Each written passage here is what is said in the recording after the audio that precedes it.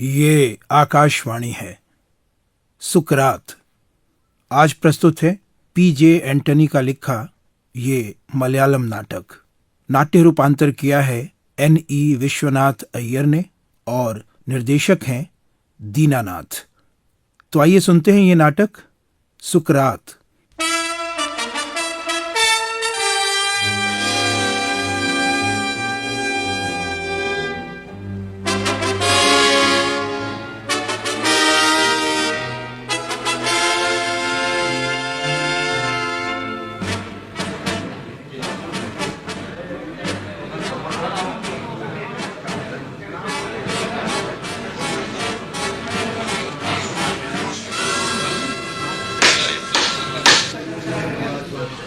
न्यायालय में उपस्थित एथेंस के सम्मानित नागरिकों, हमने सुकरात के मामले में पक्ष विपक्ष की दलीलें सुनने के बाद एथेंस की लोकतंत्रीय परंपरा के अनुसार मत संग्रह कराया।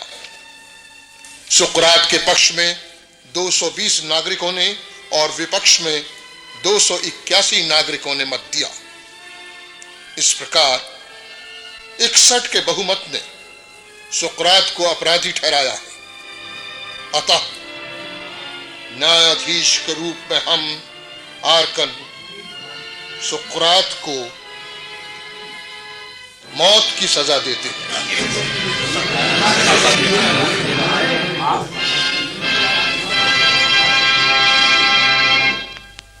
कौन था वो सुकरात जिसे यूनान की प्राचीन राजधानी एथेंस के न्यायालय ने मृत्युदंड दिया था?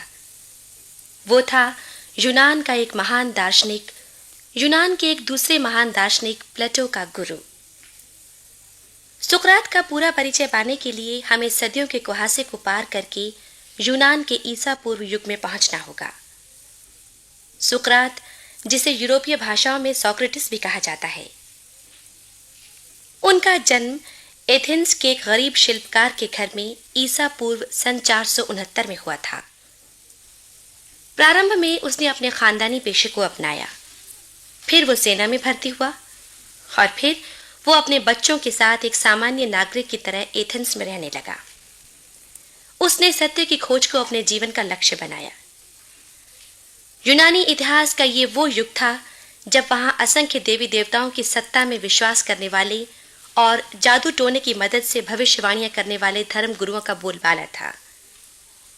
उन धर्म गुरुओं में प्रमुख थे मेलिटस और जुतेइफ्रोन।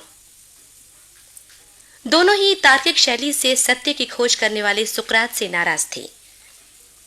उनकी नाराजगी तब और बढ़ी जब उन्होंने देखा कि एथेंस की युवा पीढ़ी उनकी उपेक्षा करके सुकरात की ओर खींची जा रही है। एक दिन सुकरात युवकों के साथ बैठे बातचीत कर रहे थे कि बहुदेववादी धर्मगुरु मेलिटस वहीं आ पहुंचे।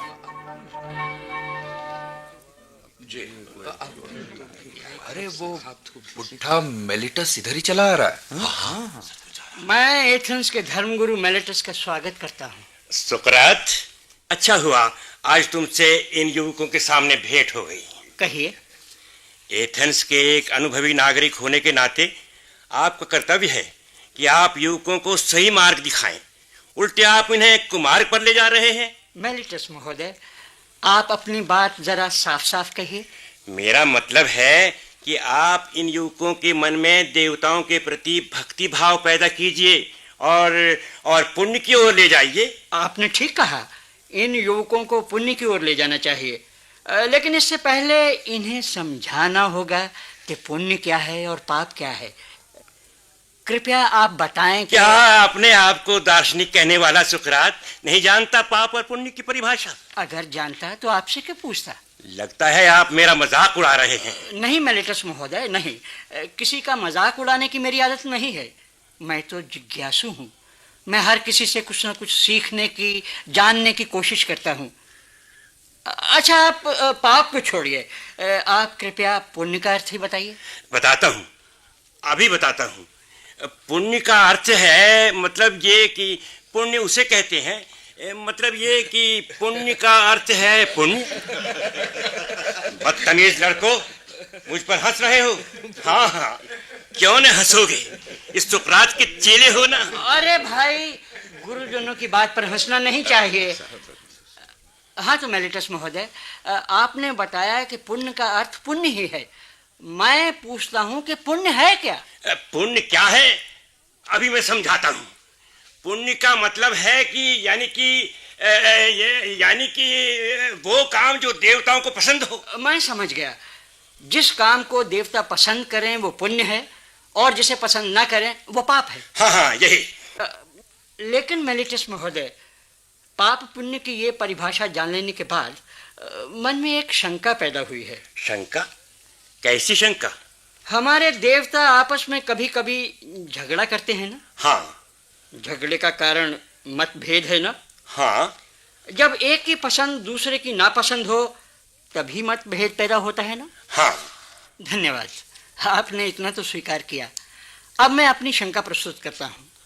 मान लीजिए कि मैंने एक पुण्य किया, वो पुण्य कुछ देवताओं को पसंद आया और दूसरे देवताओं को पसंद नहीं आया। ऐसी हालत में वो पुण्य पुण्य कहलाएगा या पाप? आप जानबूझकर अपनी बात को टेढ़ी पहेली बना रहे हैं।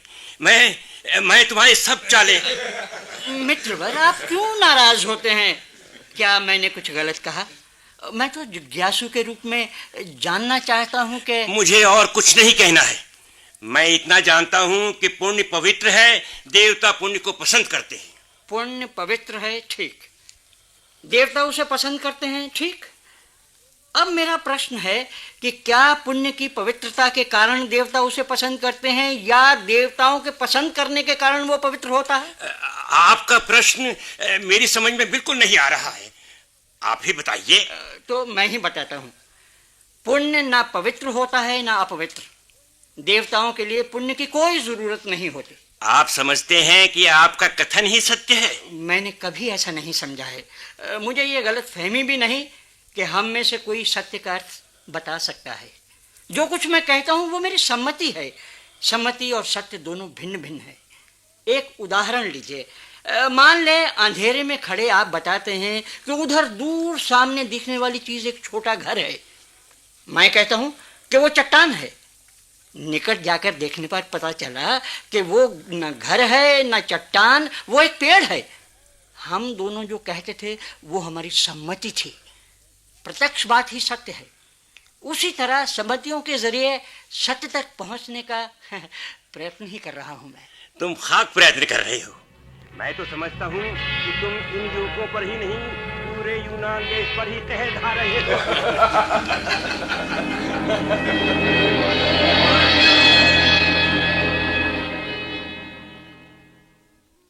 हद हो गई है। इस यूनान में देवताओं का अनादर, युवकों द्वारा यूनानी संस्कृति का अपमान। क्या बात है मेलिटस, बड़े गुस्से में हैं? सारा दोष आपका है यूथेफ्रोन। आपने कभी ये जानने की कोशिश नहीं की कि इन युवकों की इस धृष्टता का असली कारण क्या है। आप ही बताइए। सुकरात के बहकाने से ही एथेंस के युवकों का सिर फिर गया है। जानता हूँ। तो जानकर भी आप क्यों मौन साधे हुए हैं? क्या किया जाए? आप एथेंस के धर्म गुरु ही नहीं, सबसे बड़े कानूनदां भी हैं। सुकरात को ठीक करने के लिए कोई युक्ति सोचिए। क्या बताऊं? सुकरात कुछ प्रश्न फेंकता है, पागलों के से प्रश्न। जब दूसरे लोग उनका उत्तर नहीं दे पाते तो वो अपने को बहुत बड़ा विद्वान और ज्ञानी समझने लगता है। हालांकि दुनिया जानती है कि विद्वत्ता में वो मेरा पासन भी नहीं। इसमें क्या शक है? वो देखिए, उधर वो सुकरात का शिष्य प्लेटो जा रहा है। अभी बुलाता हूं। प्लेटो, किधर जा रहे हो? सुकरात जी के यहाँ जा रहा हूँ। जरा इधर तो आओ, तुमसे एक जरूरी बात करनी है। जी कहिए। प्लेटो, तुम एथेंस के सबसे ऊंचे खानदान के वंशज हो। तुम जैसे संभ्रांत व्यक्ति का सुकरात के पीछे मारे मारे फिरना क्या उचित है? मुझे तो चिंता है कि ऐसी हालत में तुम्हारे भविष्य का क्या होगा। मेरे भविष्य के बारे में आप दोनों में से कोई बता सकता है? हम क्या बता सकते हैं? तो फिर आप मेरे भविष्य के बारे में क्यों चिंता कर रहे हैं? वो देवताओं को भला बुरा कहता है। कैसे? सुकरात बड़ी घृणा के साथ कहता है कि हमारे देवता आपस में लड़ते झगड़ते हैं। तो क्या ये झूठ है? कवियों और नाटककारों ने लिखा है कि देवताओं में परस्पर विद्वेष, द्वंद्व, युद्ध आदि होती। देवताओं में परस्पर विद्वेष, द्वंद्व, युद्ध आदि चलते रहे, लेकिन मानव को कोई अधिकार नहीं कि वो उन पर इस तरह का अभियोग लगाएं। अरे ये क्या, प्लेटो को यहाँ देखकर वो सुकरात इधर ही चला आ रहा है। प्लेटो, अच्छा हुआ तुम यहाँ मिल गए, मैं तुम्हारे ही घर जा रहा था। अरे लगता है मेलिटस और यूथेफ्रोन महोदयों से कोई गंभीर चर्चा चल रही है। ये दोनों गुरुजन कह रहे हैं कि मानव को देवताओं पर लड़ाई झगड़े का अभियोग लगाने का कोई अधिकार नहीं। बहस के लिए ये अच्छा मसला है। मैं भी इसके बारे में जानना चाहता हूँ। आज ही मैंने मेलिटस से इस मसले पर चर्चा की थी। अब तो यूथेफ्रोन महोदय भी यहाँ उपस्थित हैं। मैं इनसे भी पूछता हूँ कि देवता आपस में क्यों झगड़ा टंटा करते हैं। झगड़ा मतभेद से होता है। मतभेद क्यों होता है? मैं कहूँ? हाँ, आप ही कहिए मेलिटस महोदय। एक से ज्यादा सम्मतियां होने से मतभेद होता है। एक से अधिक सम्मतियां क्यों होती हैं? बताइए, कोई भी बताइए। मैं निवेदन करूं? हाँ प्लेटो, तुम बताओ। एक से अधिक सम्मतियों का कारण है एक से अधिक देवता। यूथेफ्रोन महोदय, क्या प्लेटो की राय आपको ठीक लगती है? चुप क्यों है? तो क्या तुम यही कहना चाहते हो कि सबके लिए एक ही देवता काफी है? आपका सवाल बड़ा ऊंचा है। फिर भी मैं अपनी तुच्छ बुद्धि से इसका उत्तर देने की कोशिश करूंगा। पहले कृपया बताइए, एथेंस में कितने आर्कन हैं? एक ही आर्कन है। क्या आपको लगता है कि इतने नागरिकों पर शासन के लिए एक आर्कन काफी नहीं है? क्या आप चाहेंगे कि एक एक नागरिक के लिए एक एक आर्कन होना चाहिए? सुकरात, मैं तुम्हारे प्रश्न का आशय समझता हूं।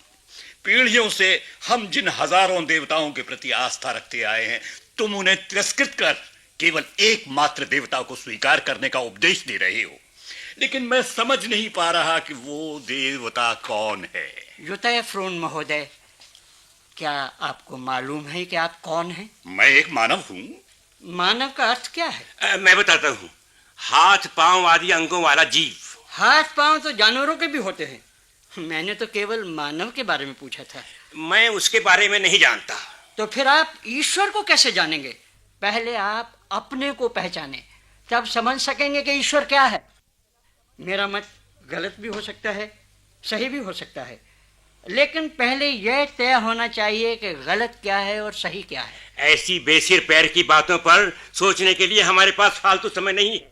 ज्ञान, सत्य और आत्मविकास की साधना के लिए आपके पास समय नहीं है।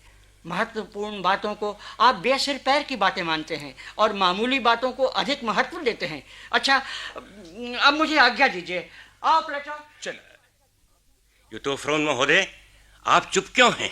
सोच रहा हूं इस नास्तिक सुकरात का क्या करना चाहिए। अब सोचने की कोई जरूरत नहीं रही। हमें समय बर्बाद नहीं करना चाहिए। सुकरात के खिलाफ नागरिकों को भड़काना होगा। आप इसका नेतृत्व करें। ये आदमी एथेंस के लिए ही नहीं, पूरे यूनान के लिए खतरनाक है। मेरा दृढ़ मत है कि इस पर आर्कन के न्यायालय में मुकदमा दायर किया जाए। हाँ, ऐसा ही होना चाहिए। मेलिटस, आप एक काम कीजिए। आप स्वयं न्यायालय में सुकरात के खिलाफ अर्जी दें। वो मैं कर दूंगा, लेकिन न्यायालय में सुकरात के खिलाफ गवाही आपको देनी होगी। मंजूर।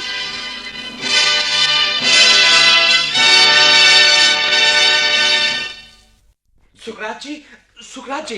अरे क्या बात है प्लेटो, तुम बहुत घबराए हुए लगते हो। घबराने की बात तो है ही।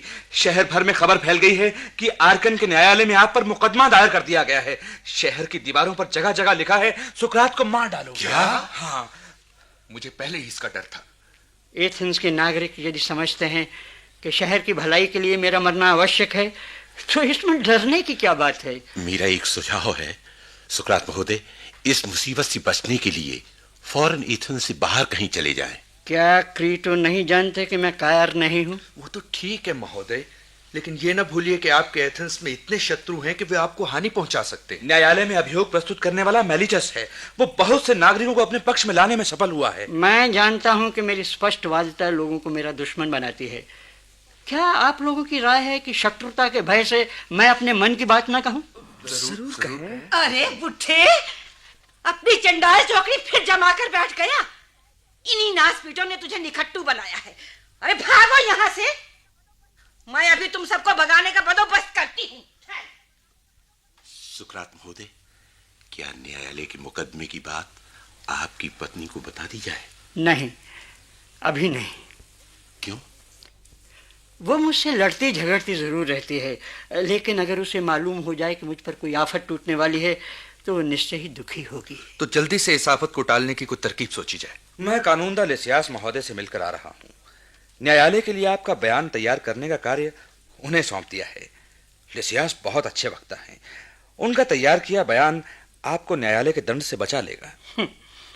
मैं इतने वर्षों से सत्य के अनुसंधान में लगा हूँ, अब क्या मैं न्यायालय में और किसी का तैयार किया हुआ बयान पढ़कर अपनी सफाई पेश करूंगा? नहीं नहीं, न्यायालय में मुझे जो कुछ कहना है वो मेरी अंतरात्मा ही बताएगी।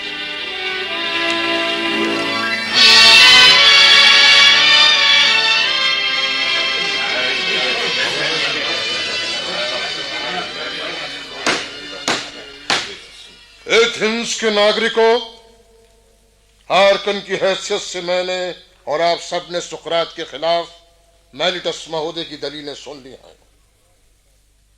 अब सुकरात की बारी है। सुकरात महोदय, अब आप अपनी सफाई पेश कर सकते हैं, लेकिन समय का ध्यान जरूर रहे। जो कहना हो संक्षेप में कहिए। धन्यवाद।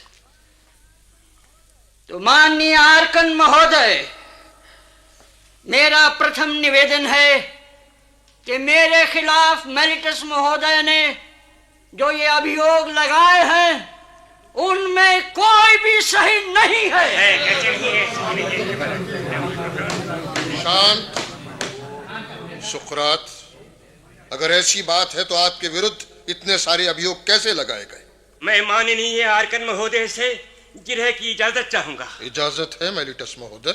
सुकरात, मेरा अभियोग है कि मुख्य रूप से तुम एथेंस के युवकों को सन्मार्ग से हटाकर कुमार्ग पर ले जा रहे हो। इसका कोई सबूत? तुमसे शिक्षा ग्रहण करने वाले युवक तुम्हारी ही तरह दूसरों से प्रश्न पूछते हैं, बहस करते हैं। मैंने कभी किसी को कोई शिक्षा नहीं दी। हाँ, अगर किसी ने मेरी बात सुननी चाहिए तो उसे रोका नहीं। परंतु मैं यूनान के देवताओं की कसम खाकर कहता हूँ कि तुम्हारी वजह से एथेंस के युवक सन्मार्ग से भटक रहे हैं। मैं एक बात पूछता हूँ, मान लीजिए कि मैं युवकों को कुमार्ग पर ले जा रहा हूँ, क्या आप युवकों को सन्मार्ग पर ले जा रहे हैं? यदि पूछा जाए कि क्या मैं युवकों को सन्मार्ग पर ले जा रहा हूँ, तो इस प्रश्न का उत्तर मतलब ये कि यदि तुम ऐसा प्रश्न करो तो यानी कि युवकों को मैं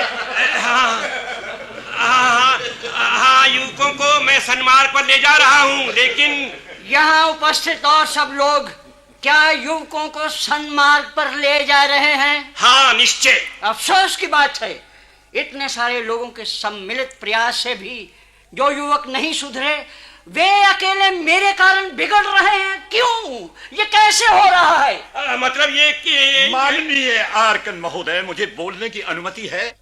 हाँ, अनुमति है यूतैफरो महोदय। सुकरात, ये बताओ, दूध से भरे कटोरे में एक बूंद जहर गिरना क्या काफी नहीं? हाँ, जवाब दो सुकरात। यूतैफरो, मैं आपसे एक सवाल पूछूं? दूध से भरे कटोरे में थोड़ी सी शक्कर पड़े तो? सुकरात, मेरे दूसरे अभियोग का उत्तर मिलना चाहिए। एथेंस के नागरिकों, आपने देखा कि मुझ पर युवकों को बहकाने का जो पहला अभियोग लगाया गया था वो झूठा साबित हो गया। मेलिटस महोदय का मुझ पर एक दूसरा अभियोग यह है कि मैं आस्तिक नहीं हूं।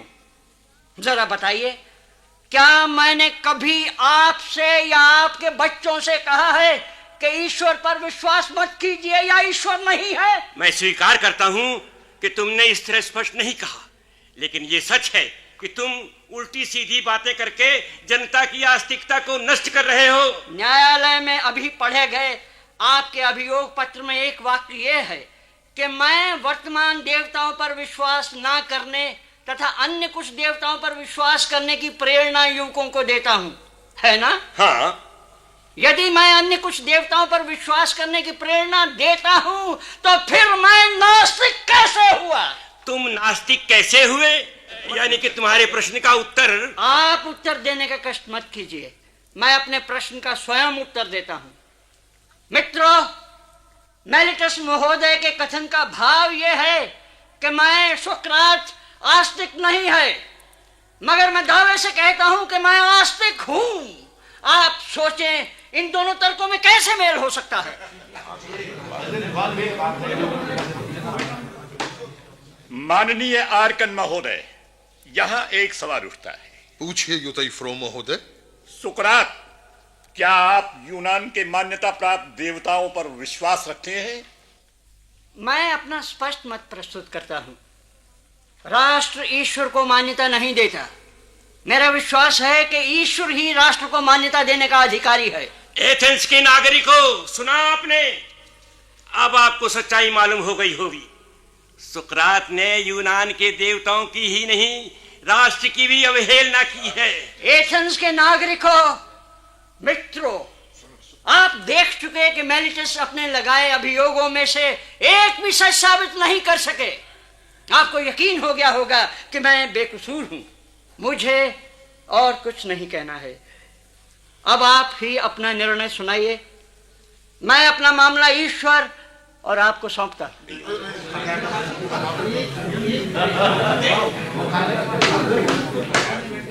शांत। एथेंस के नागरिकों, पक्ष और विपक्ष के बयान समाप्त हुए। अब एथेंस की लोकतंत्री परंपरा के अनुसार अपना अपना निर्णय आप लोग दीजिए।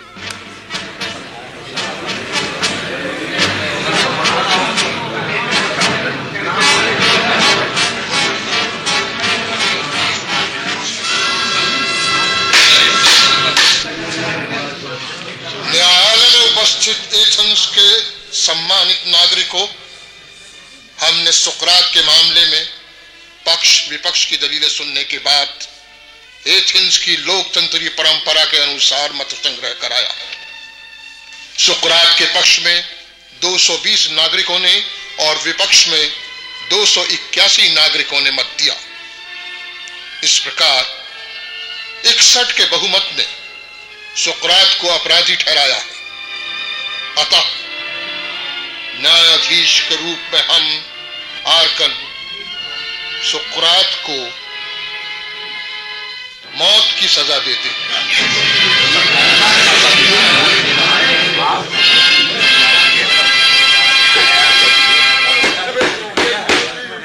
शांत।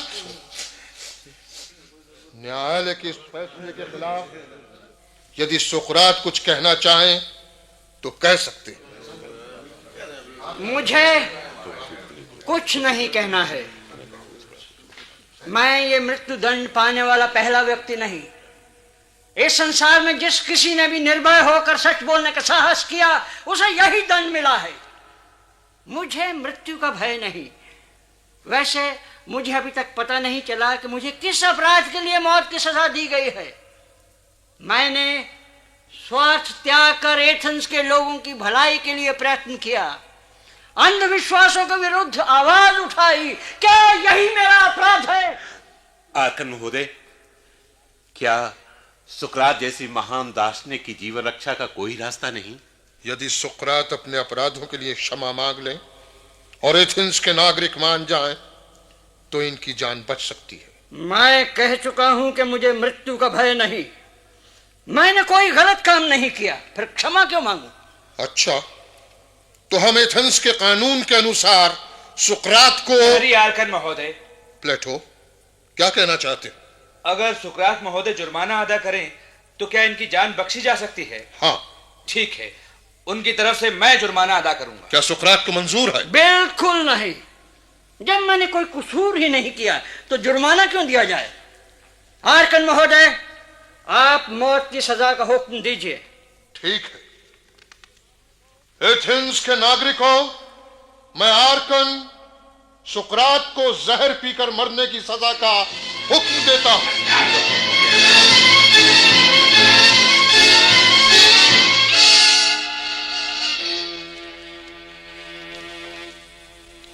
कौन? पहरेदार। ओह, काल कोठरी के इस अंधकार में कुछ दिखता नहीं ना? सुकरात महोदय, आपसे मिलने के लिए माननीय प्लेटो, क्रीटो और फीडो आए हैं। मैं जाता हूं, आप इनसे एकांत में बात कर सकते हैं। आप लोगों को मुझसे मिलने की कैसे अनुमति मिली? जेल के अधिकारियों और पहरेदारों को हमने खुश कर दिया है। खैर, आप लोगों को पता चल गया होगा कि मुझे कल शाम को इस शरीर से मुक्ति मिल जाएगी। क्रीटो, अपनी योजना बताओ। हमने आपको जेल से भगाने की पक्की पुख्ता योजना बनाई है। आज रात आपको जेल से निकालकर हम एथेंस से बाहर ले जाएंगे और सुरक्षित गुप्त स्थान पर पहुंचाएंगे। आप हमारे गुरु ही नहीं, हमारे बड़े भाई और पिता समान भी हैं। आपकी जान बहुत कीमती है। आप चुप क्यों हैं? मेरे भागने की योजना बनाकर आप लोगों ने मेरा अपमान किया है। न्यायालय में अपने मुकदमे की पैरवी करते हुए मैंने दुनिया जहान को बताया था कि मैं सत्यपथ का राही सुकरात मौत से नहीं डरता, और अब आप लोग चाहते हैं कि मैं कायर की तरह अपनी जान बचाने के लिए चोरी से जेल की दीवार फांद कर भाग जाऊं? नहीं नहीं, कभी नहीं। मैं हंसते हंसते मृत्यु का वर्ण करूंगा।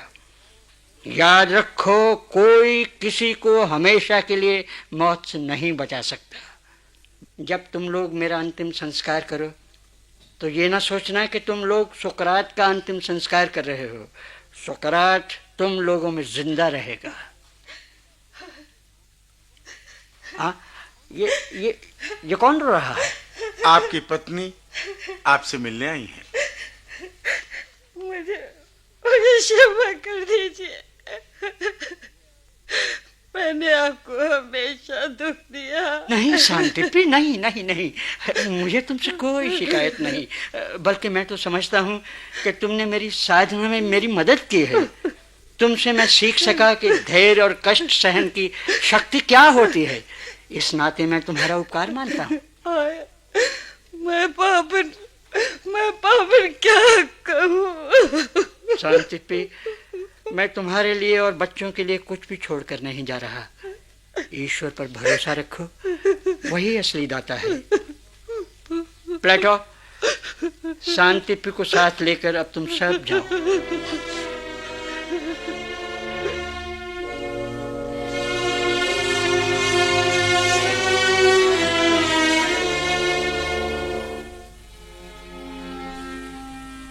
पहरेदार, अब किस बात की प्रतीक्षा कर रहे हो? जहर का प्याला लाओ। सुकरात महोदय, सूरज अभी अस्त नहीं हुआ। इस जीवन के मेरे सारे काम पूरे हो चुके। अब सूर्यास्त की प्रतीक्षा करने का कोई प्रयोजन नहीं है। ये लीजिए जहर का प्याला। लाओ।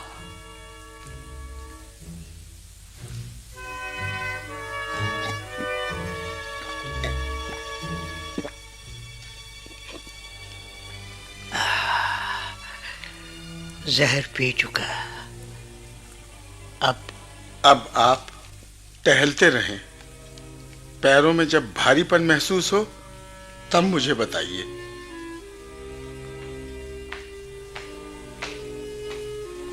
पहरेदार, अब मेरे पाँव में भारीपन आ गया। मुझसे चला नहीं जा रहा। अब आप पीठ के बल लेट जाइए। मुझे सर्दी लग रही है। अब सर्दी कमर तक पहुंच चुकी है। हाँ, सर्दी जब छाती तक पहुंचेगी तब मेरी जीवन लीला समाप्त हो जाएगी।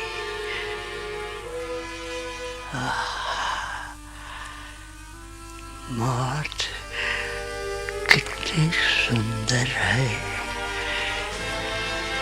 मौत कितनी सुखद है और कितनी शांतिमय है।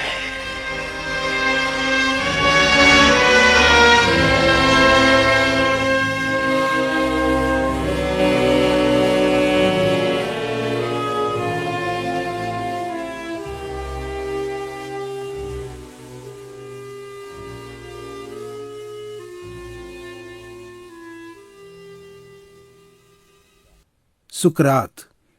अभी आप पीजे एंटनी का लिखा ये मलयालम नाटक सुन रहे थे। रूपांतरकार थे N.E. विश्वनाथ अय्यर और निर्देशक थे दीनानाथ। ध्वनि संयोजन सुदर्शन कुमार और कृष्ण कुमार नरूला का था। नाटक में भाग लेने वाले कलाकार थे B.R. नागर, कमला कुमारी चोपड़ा, राजेंद्र वर्मा, अनिल सहगल, C.S. नागर, राम अवतार शर्मा, दीनानाथ, शमशेर सिंह ठाकुर और शर्मिला मलकानी। केंद्रीय नाटक एकांश के लिए तैयार किए गए इस नाटक को आकाशवाणी के दिल्ली केंद्र से प्रसारित किया गया।